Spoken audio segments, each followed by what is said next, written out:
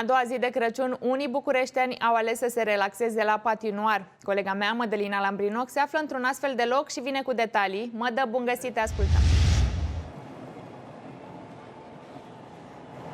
Cristina, doamnelor, domnilor, bun găsit tuturor! După mesele copioase de sărbători, puțină mișcare este numai binevenită. Așa se face că și anul acesta patinoarul rămâne cea mai populară alegere printre familii, iar vestea cea mai bună este că nu trebuie neapărat să știi să patinezi, pentru că există ajutoare.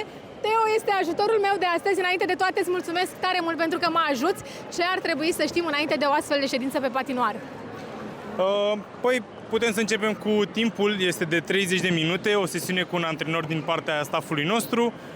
Costul este de 150 de lei, în care vă oferim absolut tot. Patine, cotiere, căști, mănuși. Deci cu ce ar trebui să venim noi de acasă? Cu foarte multă voie bună și curaj. Curajul este esențial, mai ales când facem primii pași pe gheață. Apropo de curaj, există o vârstă minimă la care putem intra pe patinoar? Sigur, vârsta minimă este de 4 ani, dar dacă venim însoțiți de un antrenor, putem să mergem și undeva la 3 ani jumătate. Iar vârstă maximă există pentru așa ceva?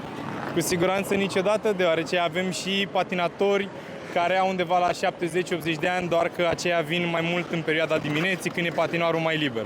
Care este programul? Păi, de luni până vineri noi începem de la ora 10, avem prima sesiune, iar ultima este de la 8 până la 9 jumătate. Iar în weekend avem și o școală de patinaj de la ora 10 până la ora 12, iar programul cu publicul în weekend începe de la 12.